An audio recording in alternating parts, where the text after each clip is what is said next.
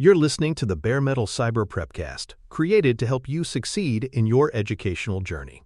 Learn more at baremetalcyber.com, where additional prepcasts, books, and training materials await. Let's get started. Metric review is the discipline of interpreting signals with rigor so that decisions respond to meaningful patterns rather than noise. Its orientation emphasizes that trends and variance must be examined carefully. Too much sensitivity produces false alarms, while too little vigilance allows emerging risks to fester unnoticed.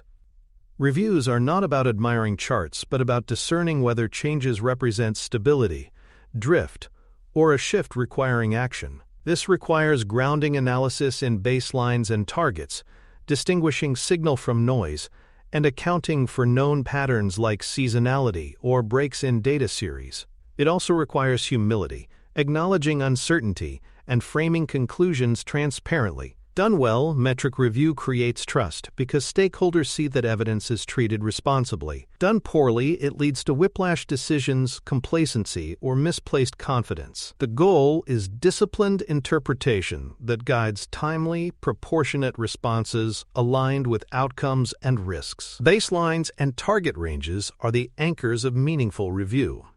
A baseline establishes where performance started, while a target range defines what good looks like.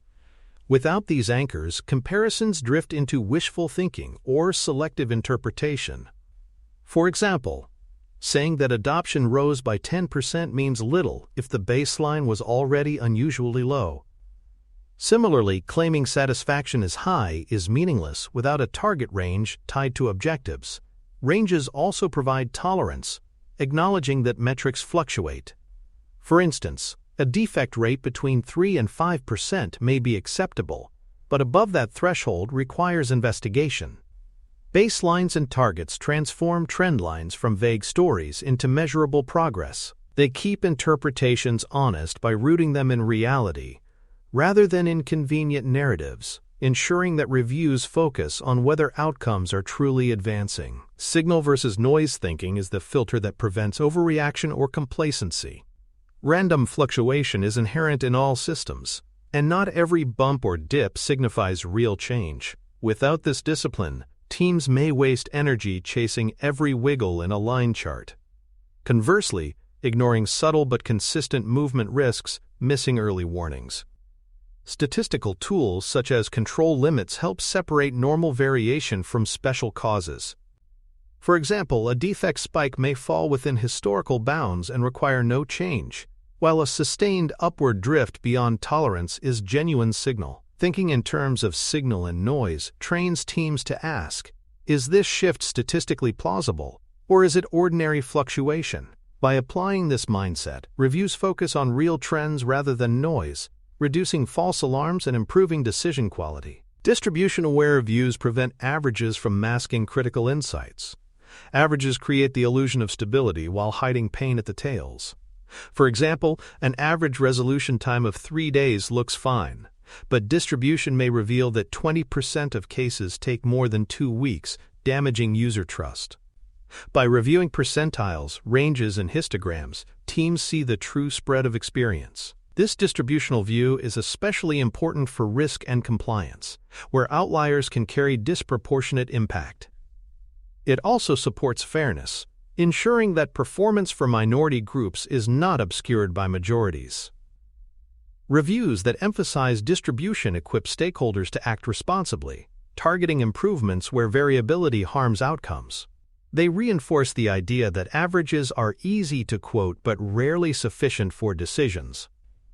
Seasonality and calendar effects explain patterns that repeat predictably and should not be mistaken for structural change. Demand may spike during holidays, satisfaction may dip during busy seasons, and cycle times may stretch near fiscal year-end. Recognizing these effects prevents overreaction to expected variation. For example, a dip in adoption each December may reflect holiday downtime rather than product failure. Conversely, failing to account for seasonality may conceal opportunities to adjust staffing or marketing to match predictable demand waves. Calendar effects also include release cadences where defect rates may spike after major launches. Metric reviews must explicitly factor in these influences, annotating charts and narratives so that patterns are interpreted accurately. Seasonality awareness ensures that responses are proportionate, distinguishing structural issues from predictable rhythms. Breaks in series annotations preserve honesty when definitions, pipelines, or collection methods change. Without annotations, apparent jumps or drops in performance may be misinterpreted as real trends. For example, if churn is redefined to exclude free trials, retention may suddenly improve on paper while reality is unchanged. By annotating breaks, organizations acknowledge that comparisons before and after the change are not apples to apples. These annotations must explain the reason, timing, and scope of the break so stakeholders interpret correctly. Transparent handling of breaks protects credibility, demonstrating that metrics are curated with integrity rather than manipulated. It also reduces wasted debate, as observers can see immediately why a trend shifted. Breaks in series annotations are a hallmark of mature review practices, where humility and honesty outweigh the temptation to present smooth but misleading lines. Control and run chart habits give teams disciplined ways to assess stability and variation. Control charts overlay data with upper and lower control limits, showing whether changes fall within expected bounds or represent special causes. Run charts emphasize sequences, highlighting whether variation is random or directional. For example, a defect count within limits is normal, but a run of 8 consecutive increases signals a real shift. These habits prevent reactive oscillation, where teams chase every fluctuation, and also prevent complacency, where meaningful drifts are ignored. They provide a structured language for interpreting charts, making conversations less subjective.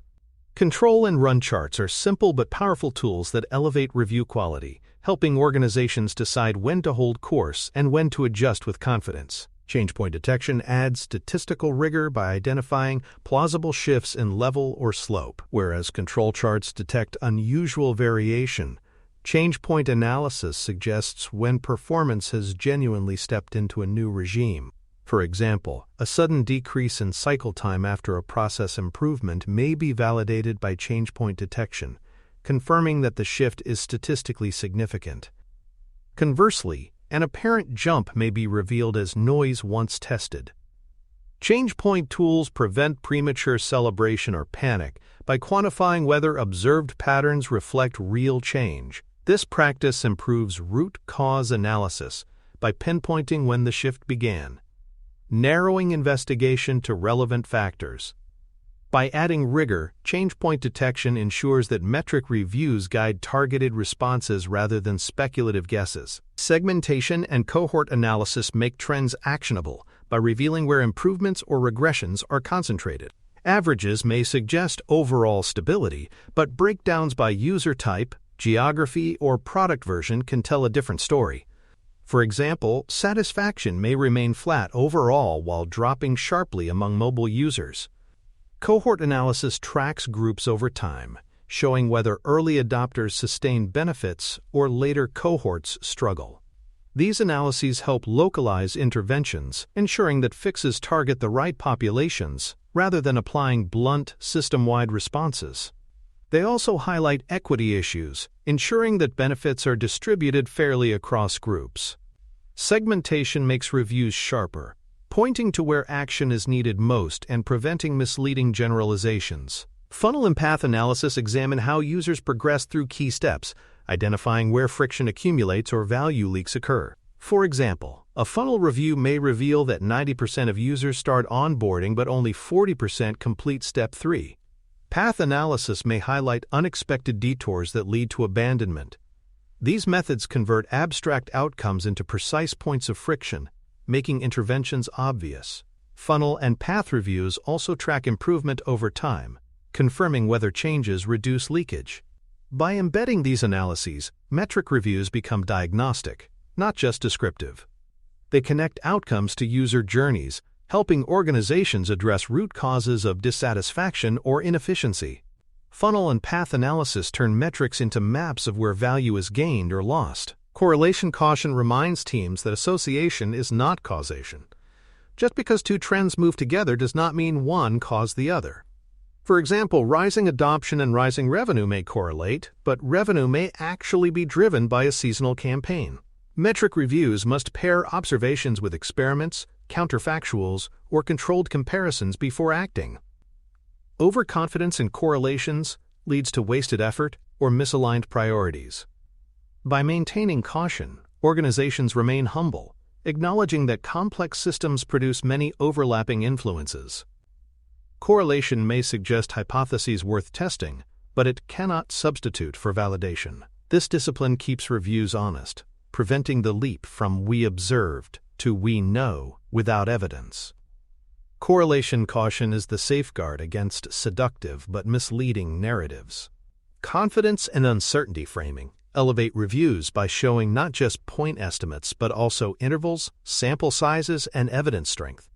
A satisfaction score of 75% is less meaningful than knowing it has a confidence interval of plus or minus 5 with a sample size of 200.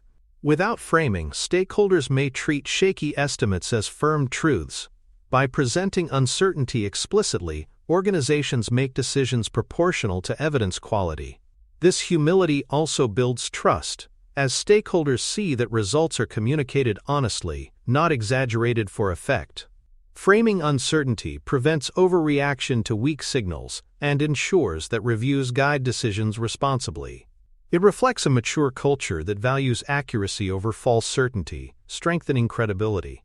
Latency awareness prevents premature judgments by matching review windows to measure dynamics. Some effects appear quickly, such as error rates after a release. Others, like retention or satisfaction shifts, take weeks or months. Reviewing too soon risks declaring success or failure before evidence has matured. For example, churn data cannot be judged 1 week after an increment. It requires longer observation. By aligning review windows to natural latency, organizations ensure that conclusions are fair and timely. Latency awareness also protects against neglect, as slow-moving measures are not forgotten, but scheduled for appropriate evaluation. This discipline ensures that reviews are paced realistically, neither rushing to conclusions nor leaving gaps that hide long-term patterns. Data quality checks are essential to avoid misinterpretation caused by missingness, outliers, or stale definitions. For example, a sudden drop in satisfaction may actually reflect missing survey data, not real decline. Outliers may distort averages, and outdated definitions may make comparisons invalid. Reviews must explicitly include quality checks before interpreting trends. This prevents wasted debate over artifacts and ensures that actions respond to real signals. Quality checks also build trust, as stakeholders see that curators are vigilant about accuracy. Without them, even the best review practices collapse under unreliable evidence. By embedding quality verification, organizations protect integrity and ensure that metrics remain credible foundations for decisions. Narrative pairing ensures that reviews remain accessible and honest. Charts and numbers must be accompanied by plain language explanations of context, constraints, and hypotheses. For example, a rising defect rate might be explained by increased reporting after a new testing tool, not by declining quality. Narratives clarify what signals likely mean, what remains uncertain, and what actions are proposed. They also make reviews inclusive, ensuring that non-specialists can participate meaningfully. By pairing metrics with narratives, organizations prevent data from being misused or misunderstood. Narratives humanize evidence, showing that interpretation is thoughtful and transparent. This pairing reinforces that metrics are tools for learning, not weapons for blame. It keeps reviews grounded, honest, and oriented to decisions. For more cyber-related content and books, please check out cyberauthor.me. Also, there are other prepcasts on cybersecurity and more at baremetalcyber.com. Balancing leading and lagging indicators ensures that metric reviews capture both fast feedback and durable validation. Leading indicators, such as adoption rates in the first week or error spikes immediately after release, provide quick signals that guide short-term adjustments. They allow teams to detect drift early and respond before problems escalate. Lagging indicators, like retention after 6 months Reduced rework over multiple cycles or improved compliance posture confirm whether changes held over time. Relying only on leading signals risks overreacting to novelty, while focusing solely on lagging measures delays recognition of issues until it is too late. Together, leading and lagging measures form a coherent system of evidence, one that balances agility with accountability. This dual perspective helps organizations steer daily operations responsibly while confirming that strategy is delivering the durable improvements it promised. Variance decomposition provides a structured way to understand what drives variability in results. Instead of treating variance as mysterious noise, decomposition asks which factors contribute most: demand mix, work in progress, defect rates, environment instability, or team practices. For example, a rise in cycle time might reflect more complex items rather than deteriorating efficiency. Similarly, a spike in support tickets may stem from seasonal user growth rather than declining quality. By breaking variance into components, reviews move beyond vague observation to targeted diagnosis. This analysis guides proportionate fixes, adjusting intake policy, reducing WIP, or stabilizing environments. It also prevents blame cycles by showing that spread is often systemic, not individual. Variance decomposition turns noise into insight, making reviews actionable rather than descriptive. It teaches organizations to focus on the levers that matter most for stability and improvement. Flow reviews link cycle time distributions, throughput trends, and age-in-stage signals to predictability and delivery risk. These flow metrics reveal whether work is moving consistently or stalling at key points. For example, if items frequently linger in testing while other stages remain smooth, the bottleneck is clear.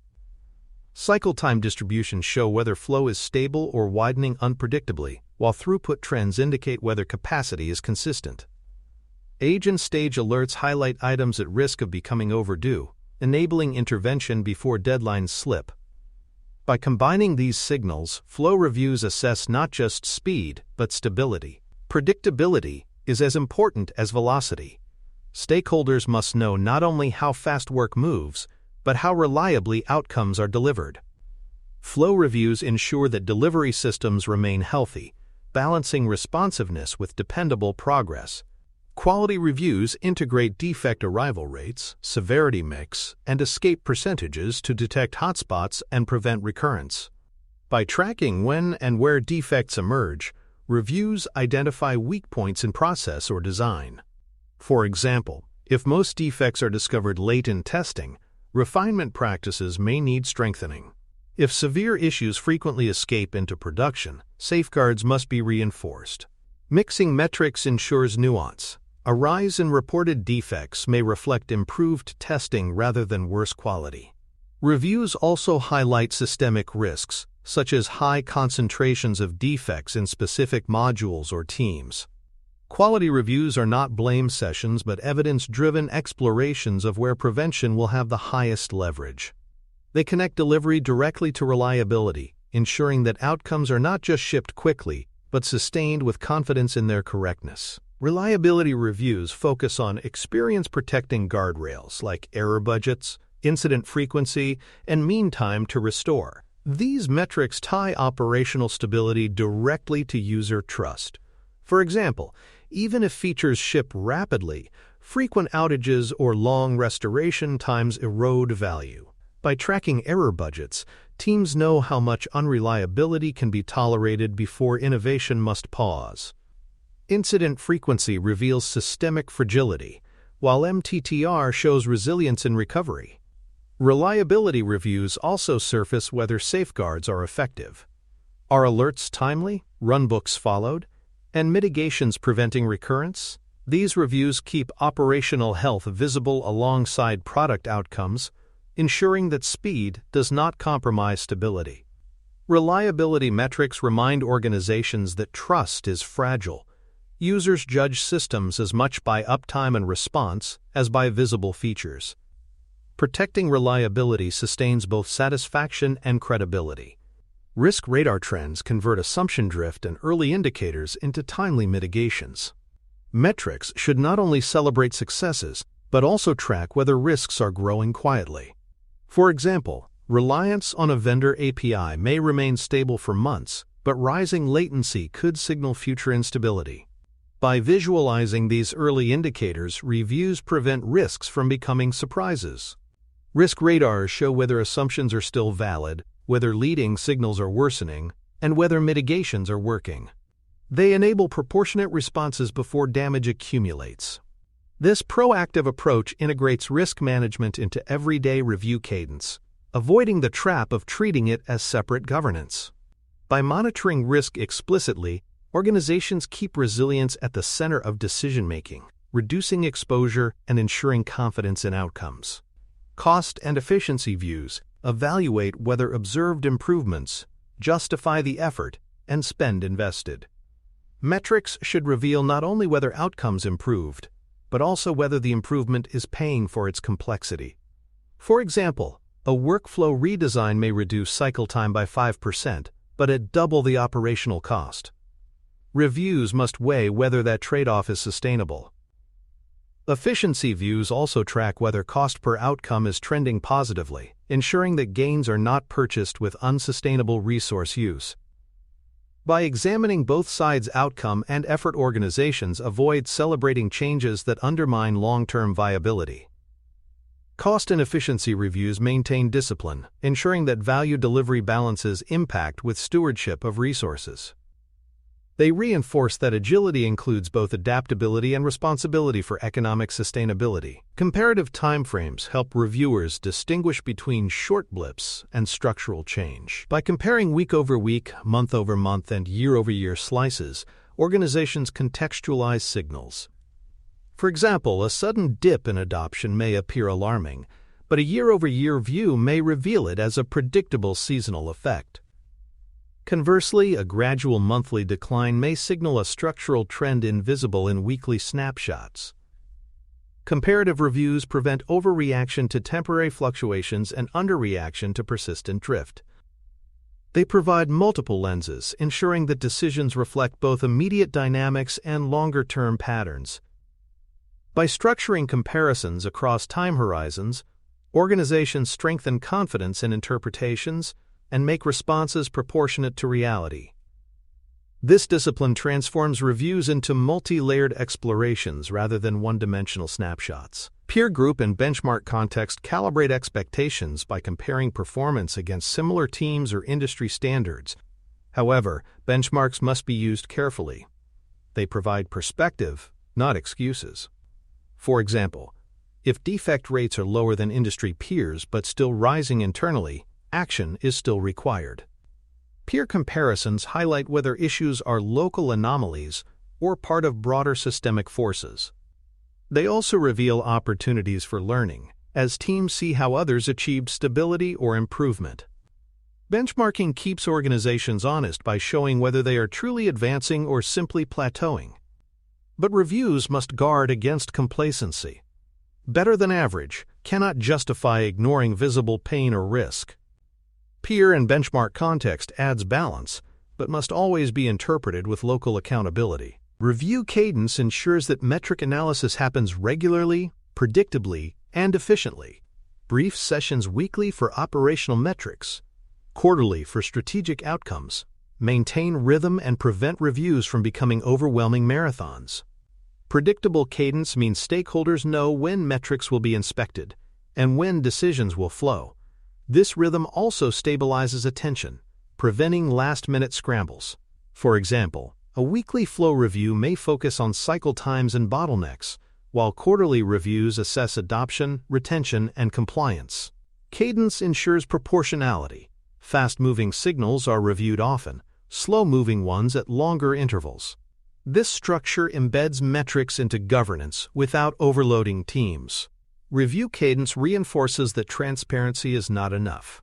Evidence must be revisited routinely to remain actionable and trustworthy. Playbook linkage shortens the time from observation to action by pairing common trend patterns with tested responses. For example, a rising cycle time variance might link directly to a playbook suggesting WIP limit tightening or backlog refinement. A satisfaction drop might trigger a usability test playbook. By codifying responses, organizations reduce debate and improve consistency. Playbooks also protect against overreaction by defining proportionate steps, ensuring that actions are evidence-based rather than impulsive. Linkage makes reviews more efficient, as stakeholders can move from detection to intervention quickly.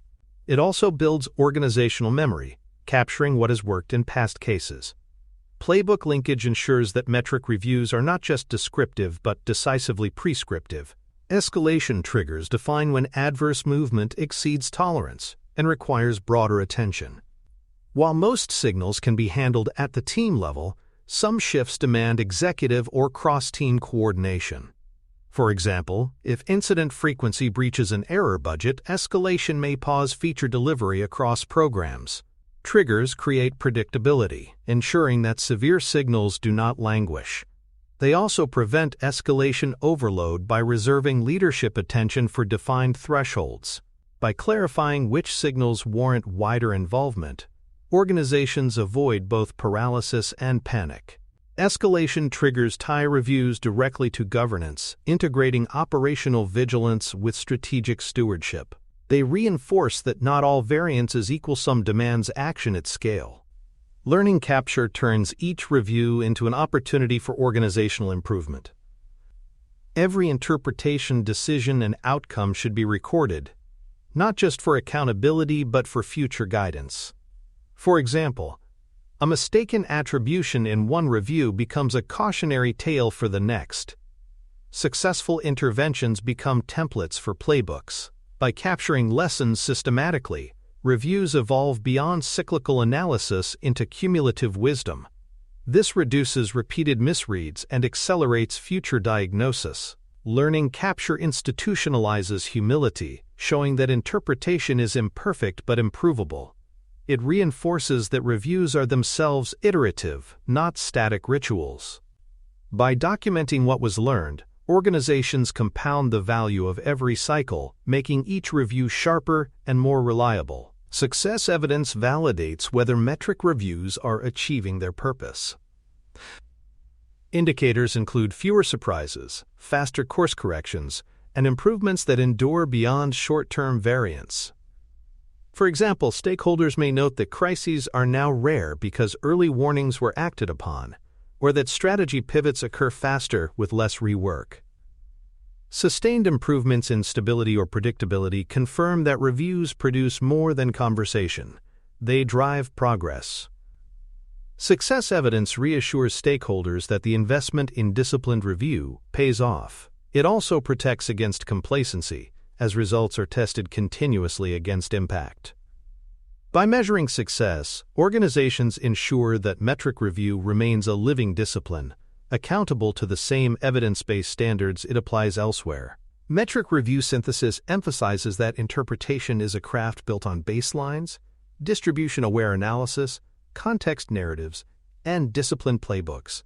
Reviews balance leading and lagging signals, decompose variance into causes, and examine flow, quality, reliability, and risk together. They calibrate with seasonality, benchmarks, and timeframes while embedding humility through uncertainty framing. Cadence, escalation triggers, and playbook linkage ensure that analysis routes quickly to proportionate action. Learning, capture, and success evidence close the loop, making reviews cumulative rather than repetitive. Together, these practices turn metric review into a trusted system of interpretation, guiding decisions that are timely, balanced, and evidence-based. The result is fewer surprises, clearer accountability, and outcomes that improve reliably over time. Thanks for tuning in to the Bare Metal Cyber Prepcast, your trusted source for cybersecurity news and insights. Remember to subscribe at baremetalcyber.com so you never miss an update. And visit cyberauthor.me for best-selling cybersecurity books that equip you with expert knowledge. Until next time, stay secure and stay vigilant.